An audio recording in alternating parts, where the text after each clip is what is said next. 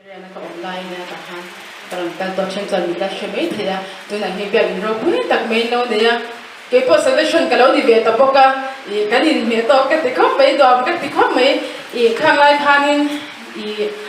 lo ka in tuang nga I lo ho lo una kata ka ron in khom kha cho I nge ko shan ga na chang ron in khom ka ni wang khanin kan lu ta ato khanin ringot hầu hai cái tiang rồi nhớ tụi các bà giải đón tụi cái nhất là pulpit đi na pulpit mai mặt khá là ngay tụi cái har sa biang rồi lúc tụi cái mà sẽ tụi nó chăng thế ở đâu quý cái tí trăng trúng á lo ông cái tí không mấy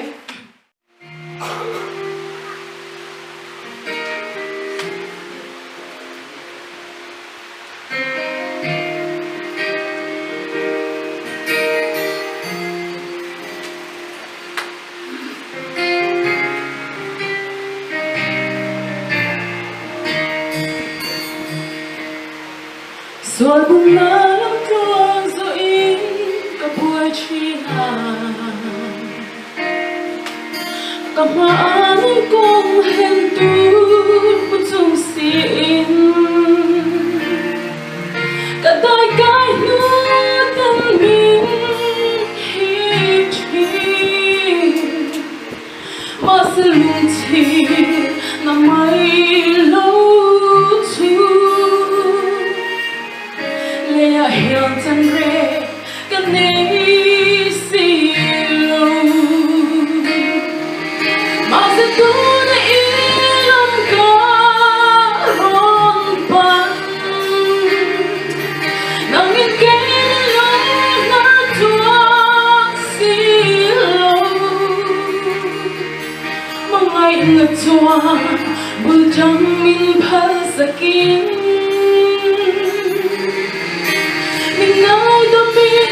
Não still faz oxi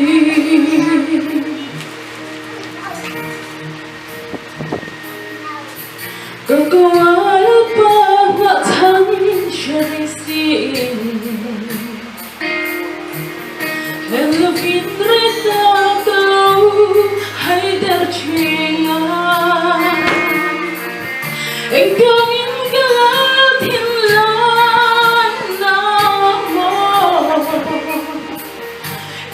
Suaya kalau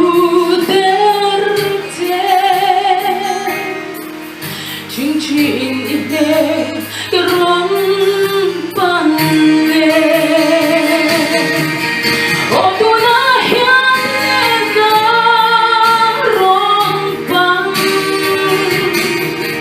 nangin kena terjual silau chuông bùi trong mình phơi sakin mình nói ta mình lâu still phải rồi gì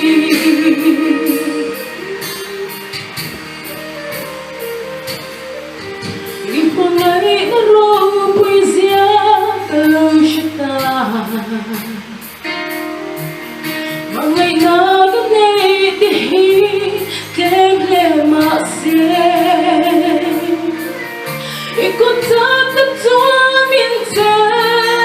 rensi malam paling kekal zela ikros itu min shoy zel donsi oh tunah yang